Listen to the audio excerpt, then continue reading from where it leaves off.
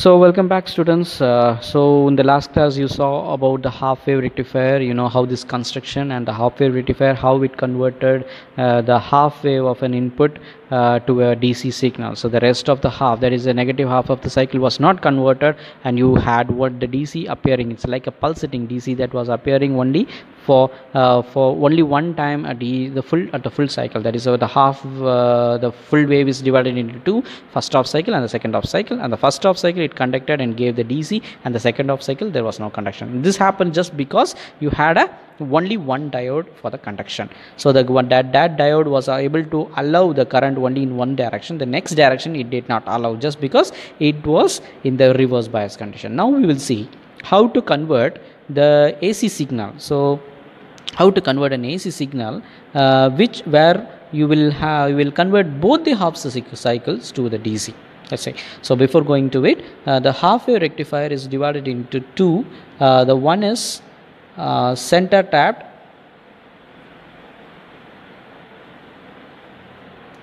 full wave rectifier, and the next one is full bridge rectifier. So in this lecture we will see the first one, which is center tapped full wave rectifier.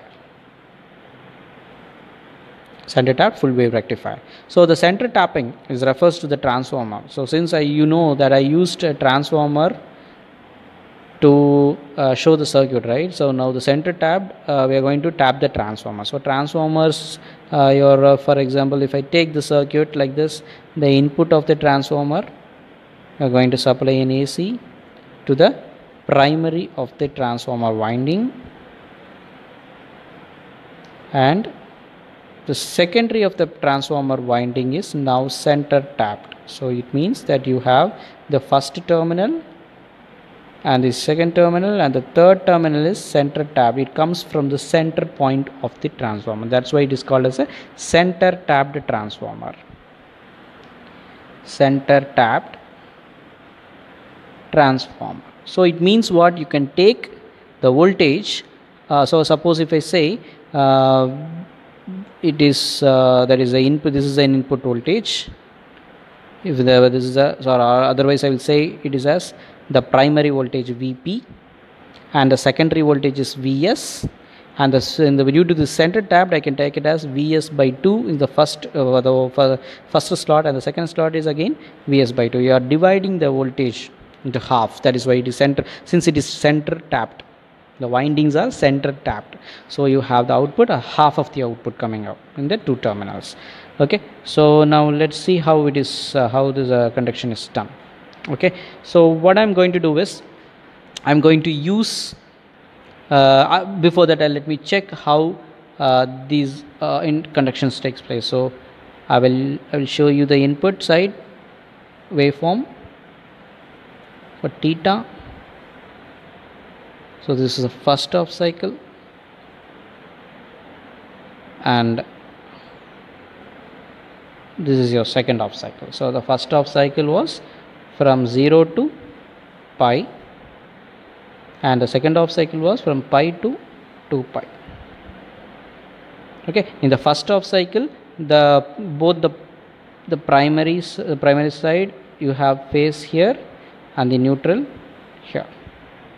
So similarly, your phase in the secondary side will be here, and the neutral will be the other slot. It will not go here. You can consider here. So this can be another return path for it, because the lower terminal you can use it, right? So now for this conduction, what I'm going to do is I'm using for the first half cycle I'm going to use a I'm going to use a diode, such that the diode's anode will be connected at this point like this. So the anode will be connected to the face of that, and followed by the load will be connected to the return path, so that the second part will be connected to the return path. So I will take this point as A and this point as B. So during the first half cycle, what happens when the conduction takes place? when the input voltage is given. So this is from 0 to pi. What happens, this voltage, the current starts to move, starts to go through this I, the AC current moves here I, and since your anode is connected to the higher terminal and cathode is connected to the lower terminal, this diode will start conduct. I will take the name this diode as D1. It starts to conduct and the current direction goes from A to B. Current direction goes to A to B. And in the second half cycle, what happens?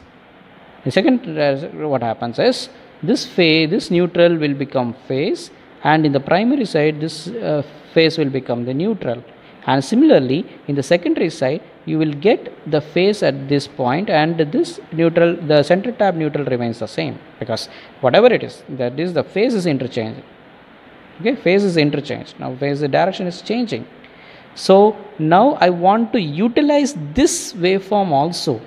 So previously, for the first half cycle, the output should have come like this. That is, your VDC output should have come like this, because it conducted, the load got its conduction, the current flow was going through the load, so it conducted. So that's why I'm drawing the waveform and the positive half cycle, that is from 0 to pi.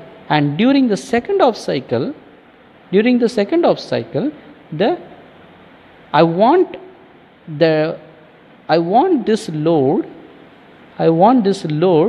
to have the same direction of current from A to B. I want the same direction of current. The current direction should not change. Only then it will be DC. If it changes, what happens? It again becomes an AC. There is no use of using this rectifier. So I want to, in the second half cycle also, I want to keep my current direction same from A to B. So how can I make it?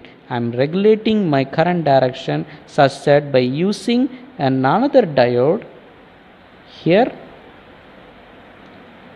and connecting to the load at this point.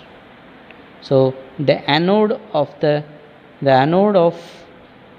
this second diode D2 is here, and the cathode of this diode is here. So now we can see the anode is connected to the phase.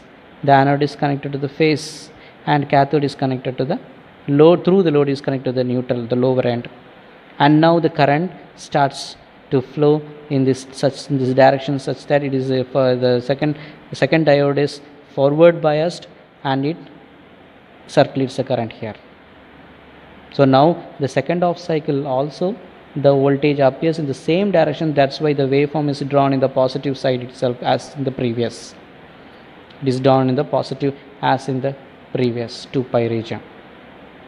And if you want to extend and see what happens to the waveform, this cycle repeats. This cycle repeats with the same magnitude and the same frequency or the time period. It repeats. Now you can see the waveform, that is here the D1. For the first one, the D1 conducted, it was in forward direction. At that time D2 was in the reverse direction, D2 are not conducted. And this is what happens. Next D2 conducted, then again D1 conducted, and again D2, and so on. So here 2 diodes are utilized to convert your AC, full AC, for all both the half cycles to be utilized there, right? So this is how your center tapped or the full wave center tap transformer can be utilized. Okay, so this is, but there is a big disadvantage in this. Can you guess what is that? The major disadvantage in this is that the voltage output is half. Is the DC output voltage twice, or what happens is it is been lowered. The output voltage is lowered. Output voltage is half the transformer secondary.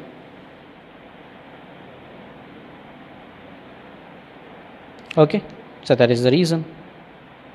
But the current levels, what do you say, it's going to be the twice, but compared to a general half wave rectifier, it is going to be the twice. But what is that, your output voltage is just the half of this transformer secondary.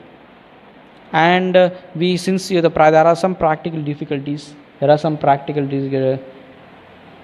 difficulties are there due to this center tapped transformer. Okay, CT is not a current transformer, it is center tap transformer, what I mean just for this. Okay, so now you can understand what is the center tap transformer, how this full wave rectification in center tap transformer. Next we will see how this disadvantage, that is the disadvantage of this output voltage is being half of the transformer. This disadvantage is how it is eliminated, that we will see in the next circuit, where it is all about the full bridge rectifier. So this disadvantage is overcome by using a full bridge rectifier, that we will see in the next lecture.